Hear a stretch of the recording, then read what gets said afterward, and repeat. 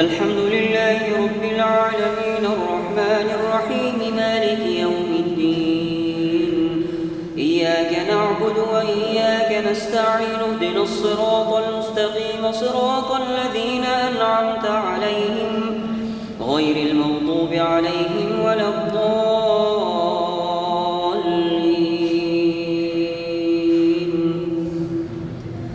والمحصنات من النساء إلا ما ملكت أيمانكم كتاب الله عليكم وأحل لكم ما وراء ذلكم أن تبتغوا بأموالكم محصنين غير مسافحين، فما استمتعتم به منهن فآتوهن أجورهن فريضة، ولا جناح عليكم فيما تراضيتم به من بعد الفريضة، إن الله كان عليما حكيما.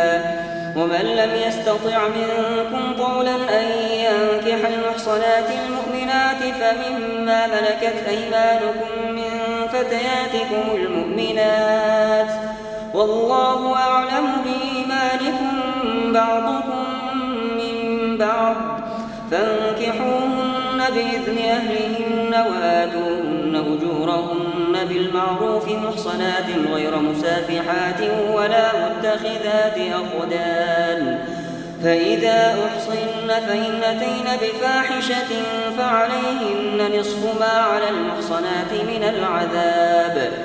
ذلك لمن خشي العنة منكم، وأن تصبروا خير لكم والله غفور رحيم. يريد الله ليبين لكم ويهديكم سنن الذين من قبلكم ويتوب عليكم، والله عليم حكيم.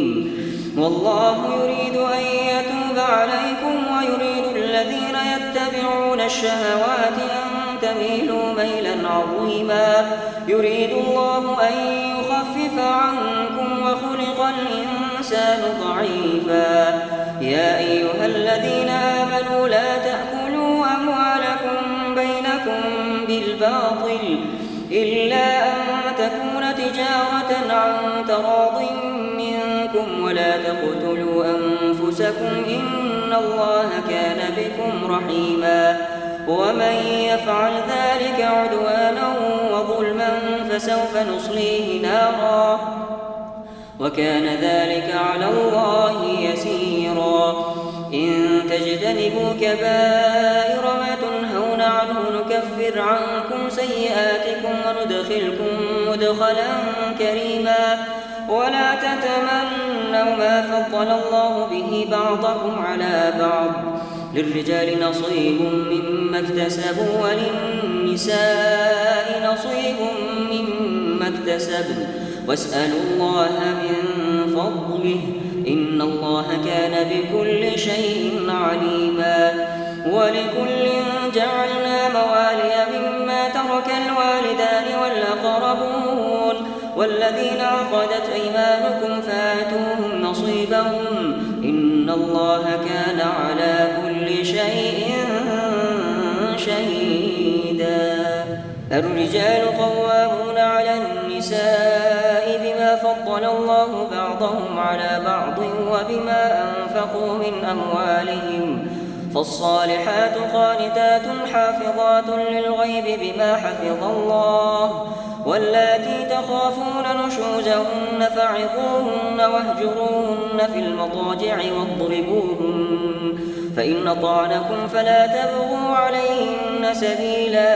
إن الله كان عليا كبيرا. وإن خفتم شقاق بينهما فابعثوا حكما من أهله وحكما من أهلها إن يريدا إصلاحا يوفق الله بينهما إن الله كان عليما خبيرا.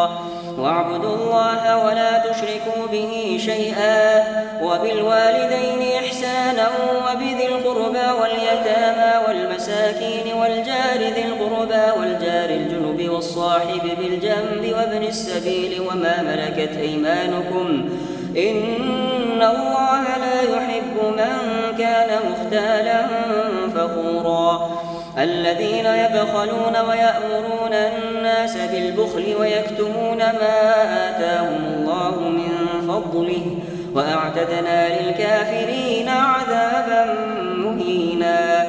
والذين ينفقون أموالهم رئاء الناس ولا يؤمن بالله ولا باليوم الآخر ومن يكن الشيطان له قرينا فساء قرينا وماذا عليهم لو آمنوا بالله واليوم الآخر وأنفقوا مما رزقهم الله وكان الله بهم عليما إن الله لا يظلم مثقال ذرة وإن تك حسنة يضاعفها ويؤت من لدنه أجرا عظيما فكيف إذا جئنا من كل أمة بشهيد وجئنا بك على هؤلاء شهيدا يومئذ يود الذين كفروا وعصوا الرسول لو تسوى بهم الأرض ولا يكتمون الله حديثا يا أيها الذين آمنوا لا تقربوا الصلاة وأنتم سكارى حتى تعلموا ما تقولون ولا جنبا إلا عابري سبيل حتى تغتسلوا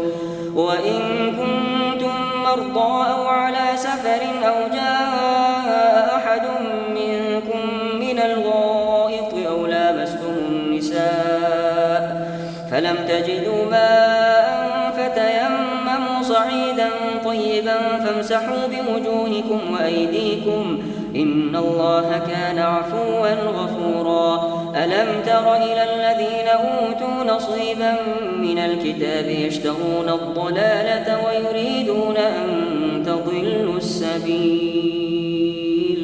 والله أعلم بأعدائكم وكفى بالله وليا وكفى بالله نصيرا من الذين هادوا يحرفون الكلم عن مواضعه ويقولون سمعنا وعصينا واسمع غير مسمع وراعنا ليا بألسنتهم وطعنا في الدين ولو أنهم قالوا سمعنا وأطعنا واسمع وانظرنا لكان خيرا لهم وأقوم ولكن لعنهم الله بكفرهم فلا يؤمنون إلا قليلا يا أيها الذين أوتوا الكتاب آمنوا بما نزلنا مصدقا لما معكم من قبل أن نطمس وجوها فنردها على أدبارها أو نلعنهم كما لعنا أصحاب السبت وكان أمر الله مفعولا إن الله لا يغفر أن يشرك به ويغفر ما دون ذلك لمن يشاء ومن يشرك بالله فقد افترى إثما عظيما ألم تر إلى الذين يزكون أنفسهم بل الله يزكي من يشاء ولا يظلمون فتيلا انظر كيف يفترون على الله الكذب وكفى به إثما مبينا ألم تر إلى الذين أوتوا نصيبا من الكتاب يؤمنون بالجبت والطاغوت ويقولون للذين كفروا هؤلاء أهدى من الذين آمنوا سبيلا أولئك الذين لعنهم الله ومن يلعن الله فلن تجد له نصيرا أم لهم نصيب من الملك فإذا لا يؤتون الناس نقيرا أم يحسدون الناس على ما آتاهم الله من فضله فقد آتينا آل إبراهيم الكتاب والحكمة وآتيناهم ملكا عظيما فمنهم من آمن به ومنهم من صد عنه وكفى بجهنم سعيرا إن الذين كفروا بآياتنا سوف نصليهم نارا كلما نضجت جلودهم بدلناهم جلودا غيرها ليذوقوا العذاب إن الله كان عزيزا حكيما والذين آمنوا وعملوا الصالحات سندخلهم جنات تجري من تحتها الأنهار خالدين فيها أبدا لهم فيها أزواج مطهرة وندخلهم ظلا ظليلا إن الله يأمركم أن تؤدوا الأمانات إلى أهلها وإذا حكمتم بين الناس أن تحكموا بالعدل إن الله نعم ما يعظكم به إن الله كان سميعا بصيرا يا أيها الذين آمنوا أطيعوا الله وأطيعوا الرسول وأولي الأمر منكم فإن تنازعتم في شيء فردوه إلى الله والرسول إن كنتم تؤمنون بالله واليوم الآخر ذلك خير وأحسن تأويلا ألم تر إلى الذين يزعمون أنهم آمنوا بما أنزل إليك وما أنزل من قبلك يريدون أن يتحاكموا إلى الطاغوت وقد أمروا أن يكفروا به ويريد الشيطان أن يضلهم ضلالا بعيدا وإذا قيل لهم تعالوا إلى ما أنزل الله وإلى الرسول رأيت المنافقين يصدون عنك صدودا فكيف إذا أصابتهم مصيبة بما قدمت أيديهم ثم جاءوك يحلفون بالله إن أردنا إلا إحسانا وتوفيقا أولئك الذين يعلم الله في قلوبهم فأعرض عنهم وعظهم وقل لهم في أنفسهم قولا بليغا وما أرسلنا من رسول إلا ليطاع بإذن الله ولو أنهم إذ ظلموا أنفسهم جاءوك فاستغفروا الله واستغفر لهم الرسول لوجدوا الله توابا رحيما فلا وربك لا يؤمنون حتى يحكموك فيما شجر بينهم ثم لا يجدوا في أنفسهم حرجا مما قضيت ويسلموا تسليما ولو أنا كتبنا عليهم أن اقتلوا أنفسكم أو اخرجوا من دياركم ما فعلوه إلا قليل منهم ولو أنهم فعلوا ما يوعظون به لكان خيرا لهم وأشد تثبيتا وإذا لآتيناهم من لدنا أجرا عظيما ولهديناهم صراطا مستقيما ومن يطع الله والرسول فأولئك مع الذين أنعم الله عليهم من النبيين والصديقين والشهداء والصالحين وحسن أولئك رفيقا ذلك الفضل من الله وكفى بالله عليما يا أيها الذين آمنوا خذوا حذركم فانفروا ثبات أو انفروا جميعا وإن منكم لمن ليبطئن فإن أصابتكم مصيبة قال قد أنعم الله علي إذ لم أكن معهم شهيدا ولئن أصابكم فضل من الله ليقولن كأن لم تكن بينكم وبينه مودة يا ليتني كنت معهم فأفوز فوزا عظيما فليقاتل في سبيل الله الذين يشرون الحياة الدنيا بالآخرة ومن يقاتل في سبيل الله فيقتل أو يغلب فسوف نؤتيه أجرا عظيما وما لكم لا تقاتلون في سبيل الله والمستضعفين من الرجال والنساء والولدان الذين يقولون ربنا أخرجنا من هذه القرية الظالم أهلها واجعل لنا من لدنك وليا واجعل لنا من لدنك نصيرا الذين آمنوا يقاتلون في سبيل الله والذين كفروا يقاتلون في سبيل الطاغوت فقاتلوا أولياء الشيطان إن كيد الشيطان كان ضعيفا. ألم تر إلى الذين قيل لهم كفوا أيديكم وأقيموا الصلاة وآتوا الزكاة فلما كتب عليهم القتال إذا فريق منهم يخشون الناس كخشية الله أو أشد خشية وقالوا ربنا لم كتبت علينا القتال لولا أخرتنا إلى أجل قريب قل متاع الدنيا قليل والآخرة خير لمن اتقى ولا تظلمون فتيلا. أينما تكونوا يدرككم الموت ولو كنتم في بروج مشيدة وإن تصبهم حسنة يقولوا هذه من عند الله وإن تصبهم سيئة يقولوا هذه من عندك قل كل من عند الله فما لهؤلاء القوم لا يكادون يفقهون حديثا. ما أصابك من حسنة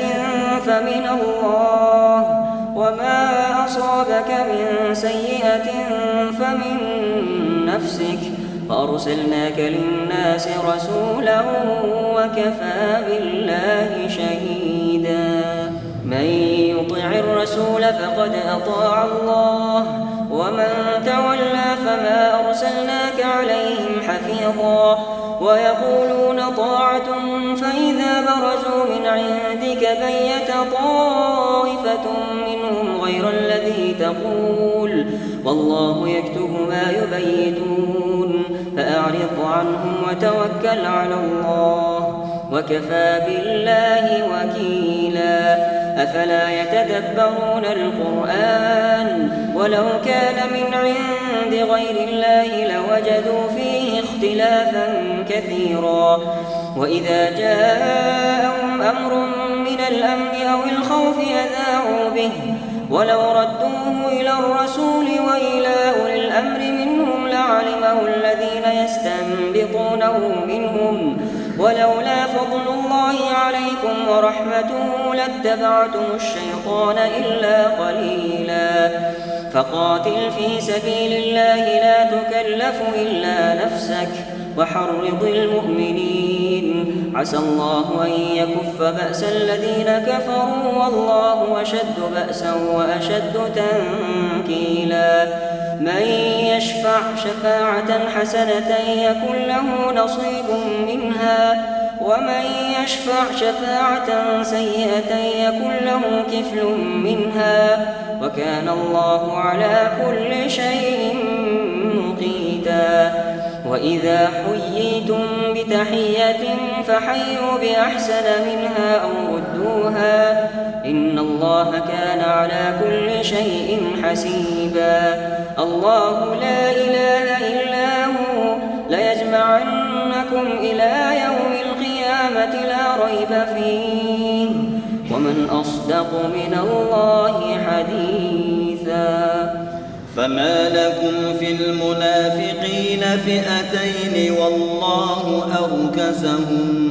بما كسبوا أتريدون أن تهدوا من أضل الله ومن يضلل الله فلن تجد له سبيلا. ودوا لو تكفرون كما كفروا فتكونون سواء فلا تتخذوا منهم أولياء حتى يهاجروا في سبيل الله فإن تولوا فخذوهم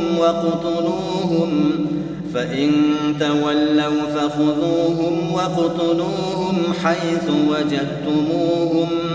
ولا تتخذوا منهم وليا ولا نصيرا إلا الذين يصلون إلى قوم بينكم وبينهم ميثاق أو جاءوا جاءوكم حسرت صدورهم أن يقاتلوكم أو يقاتلوا قومهم ولو شاء الله لسلطهم عليكم فلقاتلوكم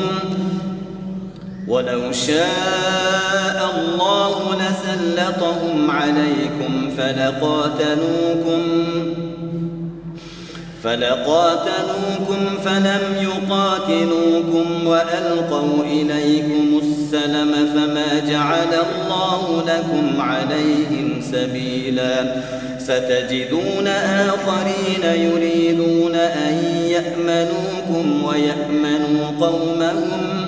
كلما ردوا إلى الفتنة أركسوا فيها فإن لم يعتزلوكم ويلقوا إليكم السلم ويكفوا أيديهم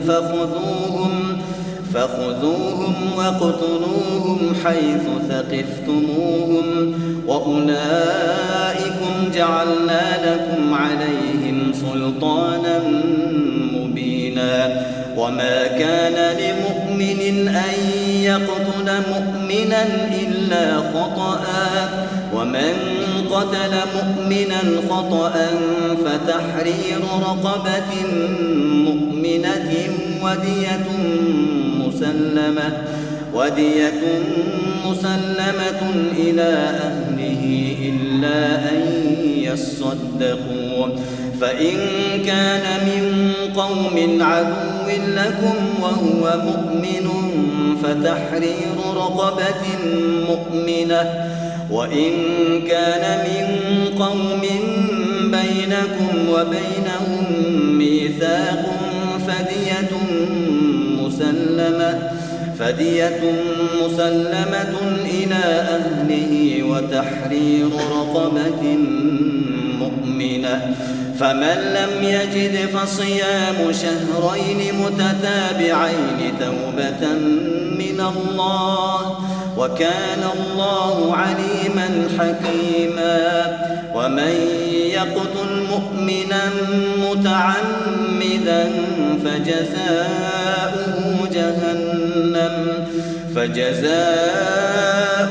جهنم خالدا فيها وغضب الله عليه ولعنه وأعد له عذاب جهنم وغضب الله عليه ولعنه وأعد له جهنم وساءت مصيرا وأعد له عذابا عظيما يا أيها الذين آمنوا إذا ضربتم في سبيل الله فتبينوا ولا تقولوا لمن ألقى إليكم السلام لست مؤمنا تبتغون عرض الحياة الدنيا فعند الله مغانم كثيرة كذلك كنتم من قبل فمن الله عليكم فتبينوا إن الله كان بما تعملون خبيرا لا يستوي القاعدون من المؤمنين غير أولي الضرر والمجاهدون في سبيل الله بأموالهم وأنفسهم فضل الله المجاهدين بأموالهم وأنفسهم على القاعدين درجة وكلا وعد الله الحسنى وفضل الله المجاهدين على القاعدين أجرا عظيما درجات منه ومغفرة ورحمة وكان الله غفورا رحيما إن الذين توفاهم الملائكة ظالمي أنفسهم قالوا فيم كنتم قالوا كنا المستضعفين في الأرض قالوا ألم تكن أرض الله واسعة فتهاجروا فيها فأولئك مأواهم جهنم وساءت مصيرا إلا المستضعفين من الرجال والنساء والولدان لا يستطيعون حيلة ولا يهتدون سبيلا فأولئك عسى الله أن يعفو عنهم وكان الله عفوا غفورا ومن يهاجر في سبيل الله يجد في الأرض مراغما كثيرا وسعا وكان الله واسعا حكيما ومن يهاجر في سبيل الله يجد في الأرض مراغما كثيرا وسعا وكان الله عفوا غفورا ومن يهاجر في سبيل الله يجد في الأرض مراغما كثيرا وسعا وكان الله ومن يخرج من بيته مهاجرا إلى الله ورسوله ثم يدركه الموت فقد وقع أجره على الله وكان الله غفورا رحيما وإذا ضربتم في الأرض فليس عليكم جناح أن تقصروا من الصلاة إن خفتم أن يفتنكم الذين كفروا إن الكافرين كانوا لكم عدوا مبينا وإذا كنت فيهم فأقمت لهم الصلاة فلتقم طائفة منهم معك وليأخذوا أسلحتهم فإذا سجدوا فليكونوا من ورائكم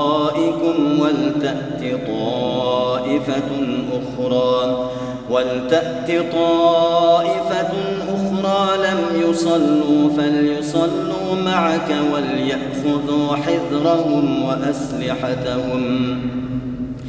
ود الذين كفروا لو تغفلون عن أسلحتكم وأمتعتكم فيميلون عليكم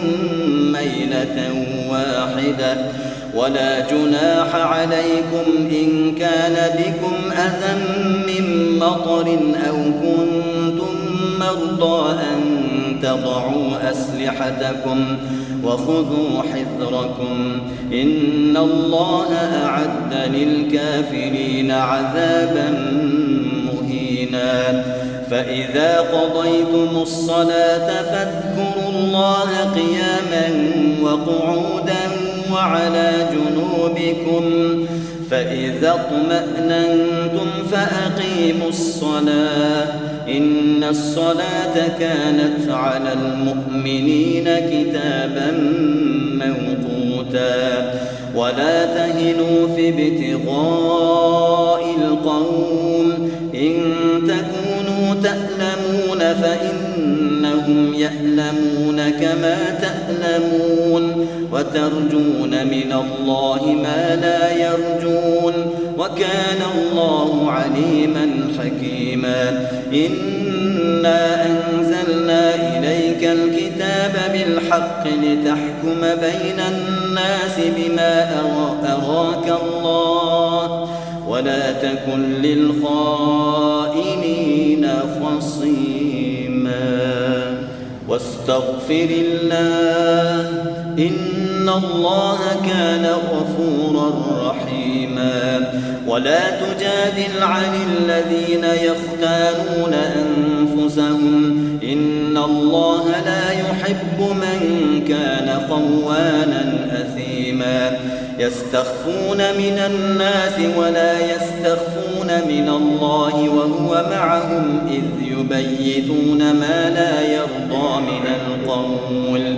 وكان الله بما يعملون محيطا ها أنتم هؤلاء جادلتم عنهم في الحياة الدنيا فمن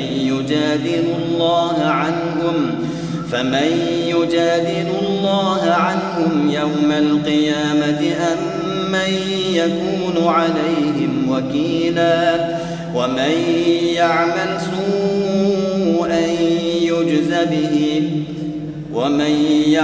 سوءا يجز به ولا يجد له من دون الله وليا ولا نصيرا ومن يعمل من الصالحات من ذكر أو أنثى وهو مؤمن فأولئك يدخلون الجنة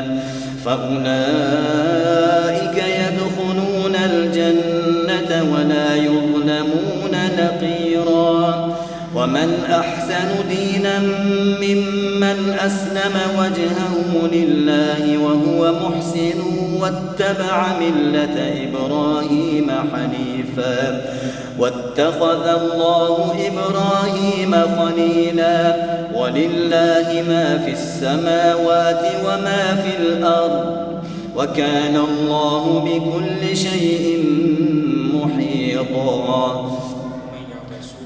ومن يعمل سوءا أو يظلم نفسه ثم يستغفر الله يجد الله غفورا رحيما ومن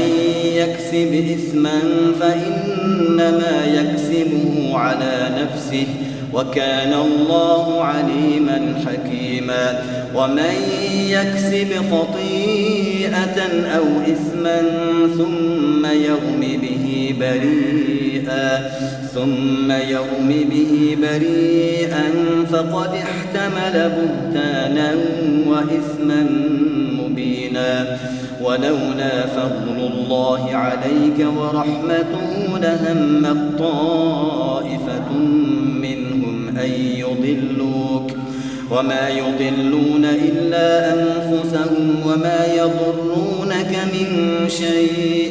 وأنزل الله عليك الكتاب والحكمة وعلمك ما لم تكن تعلم وكان فضل الله عليك عظيما. لا خير في كثير من نجواهم إلا من أمر بصدقة أو معروف أو إصلاح بين الناس ومن يفعل ذلك ابتغاء مرضات الله فسوف نؤتيه أجرا عظيما. ومن يشاقق الرسول من بعد ما تبين له الهدى ويتبع غير سبيل المؤمنين نوله ما تولى ونصله جهنم وساءت مصيرا. إن الله لا يغفر أن يشرك به ويغفر ما دون ذلك لمن يشاء ومن يشرك بالله فقد ضل ضلالا بعيدا. إن يدعون من دونه إلا إناثا وإن يدعون إلا شيطانا مريدا لعنه الله وقال لأتخذن من عبادك نصيبا مفروضا ولأضلنهم ولأمنينهم ولآمرنهم فليبتكن آذان الأنعام ولآمرنهم فليغيرن خلق الله ومن يتخذ الشيطان وليا من دون الله فقد خسر خسرانا مبينا. يعدهم ويمنيهم وما يعدهم الشيطان إلا غرورا. أولئك مأواهم جهنم ولا يجدون عنها محيصا. والذين آمنوا وعملوا الصالحات سندخلهم جنات تجري من تحتها الأنهار خالدين فيها أبدا وعد الله حقا ومن أصدق من الله قيلا. ليس بأمانيكم ولا أماني أهل الكتاب من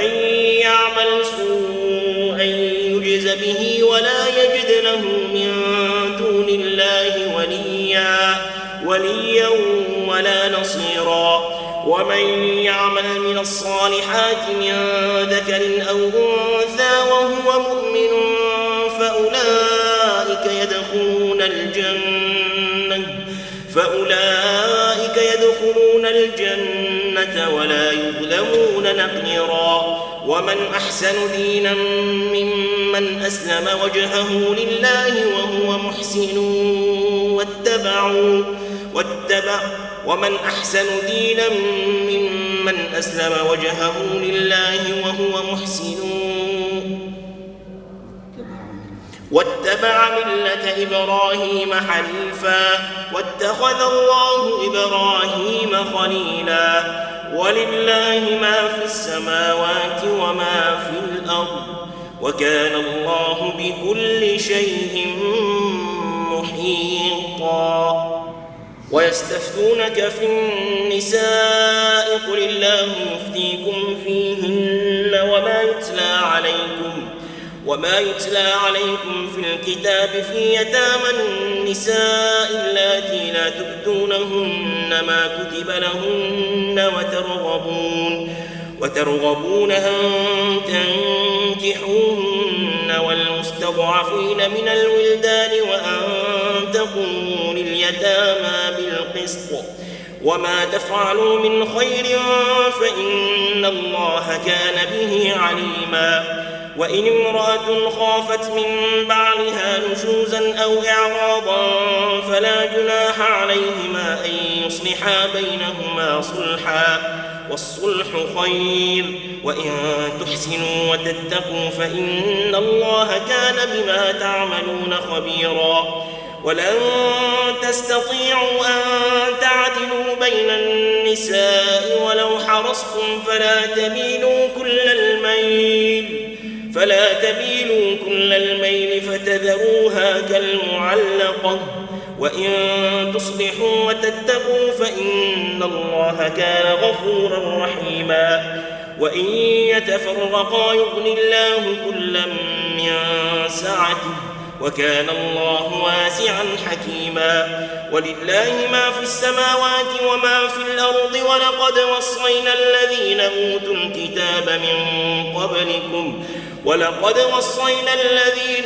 الكتاب من قبلكم وإياكم أن اتقوا الله. وإن تكفروا فإن لله ما في السماوات وما في الأرض وكان الله غنيا حميدا. ولله ما في السماوات وما في الأرض وكفى بالله وكيلا. إن يشأ يذهبكم أيها الناس ويأت بآخرين وكان الله على ذلك قديرا. من كان يريد ثواب الدنيا فعند الله ثواب الدنيا والآخرة وكان الله سميعا بصيرا. وإن امرأة خافت من بعلها نشوزا أو إعراضا فلا جناح عليهما أن يصلحا بينهما صلحا والصلح خير. وأحضرت الأنفس الشح وإن تحسنوا وتتقوا فإن الله كان بما تعملون خبيرا. يا أيها الذين آمنوا كونوا قوامين بالقسط شهداء لله ولو على أنفسكم أو الوالدين والأقربين إن يكن غنيا أو فقيرا فالله أولى بهما فلا تتبعوا الهوى أن تعدلوا وإن تلوا أو تعرضوا فإن الله كان بما تعملون خبيرا. يا أيها الذين آمنوا بالله ورسوله والكتاب الذي نزل على رسوله والكتاب الذي أنزل من قبل ومن يكفر بالله وملائكته وكتبه ورسله واليوم الآخر فقد ضل ضلالا بعيدا. إن الذين آمنوا ثم كفروا ثم آمنوا ثم كفروا ثم ازدادوا كفرا لم يكن الله ليغفر لهم ولا ليهديهم سبيلا. بشر المنافقين بأن لهم عذابا أليما الذين يتخذون الكافرين أولياء من دون المؤمنين أيبتغون عندهم العزة فإن العزة لله جميعا وقد نزل عليكم في الكتاب أن إذا سمعتم آيات الله يكفر بها ويستهزأ بها فلا تقعدوا معهم حتى يخوضوا في حديث غيره إنكم إذا مثلهم إن الله جامع المنافقين والكافرين في جهنم جميعا الذين يتربصون بكم فإن كان لكم فتح من الله قالوا ألم نكن معكم وإن كان للكافرين نصيب قالوا ألم نستحوذ عليكم ونمنعكم من المؤمنين فالله يحكم بينكم يوم القيامة ولن يجعل الله للكافرين على المؤمنين سبيلا إن المنافقين يخادعون الله وهو خادعهم وإذا قاموا إلى الصلاة قاموا كسالى يراءون الناس ولا يذكرون الله إلا قليلا مذبذبين بين ذلك لا إله هؤلاء ولا إله هؤلاء ومن يضلل الله فلن تجد له سبيلا يا أيها الذين آمنوا لا تتخذوا الكافرين أولياء من دون المؤمنين أتريدون أن تجعلوا لله عليكم سلطانا مبينا إن المنافقين في الدرك الأسفل من النار ولن تجد لهم نصيرا إلا الذين تابوا وأصلحوا واعتصموا بالله وأخلصوا دينهم لله فأولئك مع المؤمنين وسوف يؤتي الله المؤمنين أجرا عظيما ما يفعل الله بعذابكم إن شكرتم وآمنتم وكان الله شاكرا عليما لا يحب الله الجهر بالسوء من القول إلا من ظلم وكان الله سميعا عليما إن تبدوا خيرا أو تخفوه أو تعفوا عن سوء فإن الله كان عفوا قديرا إن الذين يكفرون بالله ورسله ويريدون أن يفرقوا بين الله ورسله ويقولون نؤمن ببعض ونكفر ببعض ويريدون أن يتخذوا بين ذلك سبيلا أولئك هم الكافرون حقا وأعتدنا للكافرين عذابا مهينا والذين آمنوا بالله ورسله ولم يفرقوا بين أحد منهم أولئك سوف يؤتيهم أجورهم وكان الله غفورا رحيما يسألك أهل الكتاب أن تنزل عليهم كتابا من السماء فقد سألوا موسى أكبر من ذلك فقالوا أرنا الله جهرة فأخذتهم الصاعقة بظلمهم ثم اتخذوا العجل من بعد ما جاءتهم البينات فعفونا عن ذلك وآتينا موسى سلطانا مبينا ورفعنا فوقهم الطور بميثاقهم وقلنا لهم ادخلوا الباب سجدا وقلنا لهم لا تعدوا في السبت وأخذنا منهم ميثاقا غليظا فبما نقضهم ميثاقهم وكفرهم بآيات الله وقتلهم الأنبياء بغير حق وقولهم قلوبنا غلف بل طبع الله عليها بكفرهم فلا يؤمنون إلا قليلا وبكفرهم وقولهم على مريم بهتانا عظيما وقولهم إنا قتلنا المسيح عيسى ابن مريم رسول الله وما قتلوه وما صلبوه ولكن شبه لهم وإن الذين اختلفوا فيه لفي شك منه ما لهم به من علم إلا اتباع الظن وما قتلوه يقينا بل رفعه الله إليه وكان الله عزيزا حكيما وإن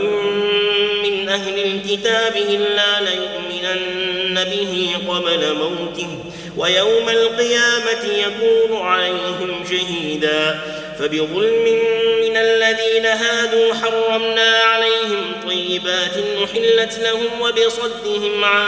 سبيل الله كثيرا وأخذهم الربا وقد نهوا عنه وأكلهم أموال الناس بالباطل وأعتدنا للكافرين منهم عذابا أليما لكن الراسخون في العلم منهم والمؤمنون يؤمنون بما أنزل إليك وما أنزل من قبلك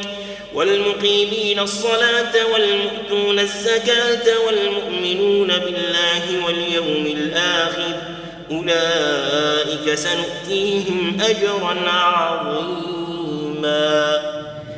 إنا أوحينا إليك كما أوحينا إلى نوح والنبيين من بعده وأوحينا إلى إبراهيم وإسماعيل وإسحاق ويعقوب والأسباط وعيسى وأيوب ويونس وموسى وهارون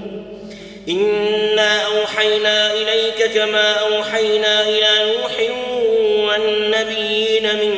بعده وأوحينا إلى إبراهيم وإسماعيل وإسحاق ويعقوب والأسباط وعيسى وأيوب ويوسف وموسى ويونس وهارون وسليمان وآتينا داود زبورا ورسلا قد قصصناهم عليك من قبل ورسلا لم نقصصهم عليك وكلم الله موسى تكليما رسلا مبشرين ومنذرين لئلا يكون للناس على الله حجة بعد الرسل وكان الله عزيزا حكيما لكن الله يشهد بما أنزل إليك أنزله بعلمه والملائكة يشهدون وكفى بالله شهيدا إن الذين كفروا وصدوا عن سبيل الله قد ضلوا ضلالا بعيدا إن الذين كفروا وظلموا لم يكن الله ليغفر لهم ولا ليهديهم طريقا إلا طريق جهنم خالدين فيها أبدا وكان ذلك على الله يسيرا يا أيها الناس قد جاءكم الرسول بالحق من ربكم فآمنوا خيرا لكم وإن تكفروا فإن لله ما في السماوات والأرض وكان الله عليما حكيما يا أهل الكتاب لا تغلوا في دينكم ولا تقولوا على الله إلا الحق إنما المسيح عيسى ابن مريم رسول الله وكلمته ألقاها إلى مريم وروح منه فآمنوا بالله ورسله ولا تقولوا ثلاثة انتهوا خيرا لكم إنما الله إله واحد سبحانه أن